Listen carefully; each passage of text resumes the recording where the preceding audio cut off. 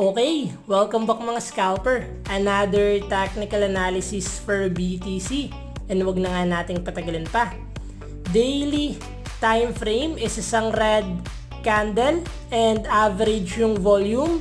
BTC still retesting yung support area natin. So masyadong crucial yung area na to.